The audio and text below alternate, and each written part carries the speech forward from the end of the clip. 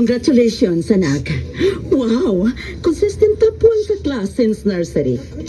Naliwat ko ni mo anang akong pagkautukan, mami. Kaya bawa ka ba, mi? Nga kung utukan ko ng anak, kana tungod kay utukan ng inahan. May mami nga ato ni. Bolero ka sab, anak da. I am so proud of you, anak. Oh, ang imong mamaradi ay. Mahuman ka ko sa pagka-doktor kundi pod ko utukan. Uy, Dad. Nabot ka na di ay? Of course, Dad. Even mo sa pagkautukan ni mami. Lagi ba? Congratulations, anak. Kung ba na kurso ng imong kaon sa college niya? Gusto ko nga mahimong engineer, Dad. What? Engineer only? Nga nang nili naman lang ka mo sunod sa tunog na mo ni daddy ni mo. Kinahanglan magid, mami. Maumani ang gusto na ko nga kurso.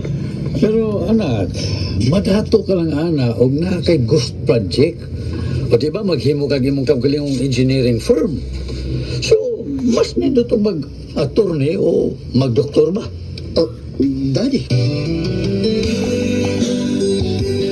Unya, musugod ka lang sa tanang gusto sa imong ginikanan? Ay, may mabuhat pa ko. Sa tibok kong kinabuhi, huwag ko'y tingog sa mo ang masunod.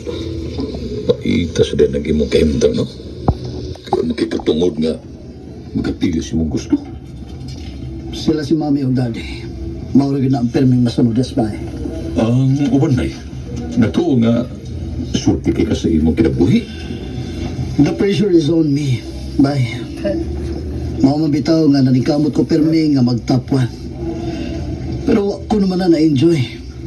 Usahay ang akong life. Unlike the typical teenager. Akong gibuhat sa tibok kong kinabuhi. Sige doon. Okay na gusto kong ginikanan, ay, bay. Kay at last, makalago o makabuhat sa kung gusto. Ano sila nga passing grade, 75 o kira, may sulti nila. Di mapusatan ang higayon nga ang suktanan sa atong kalampusan o ang grado o achievement sa atong edukasyon. Maayo ka pa ba eh?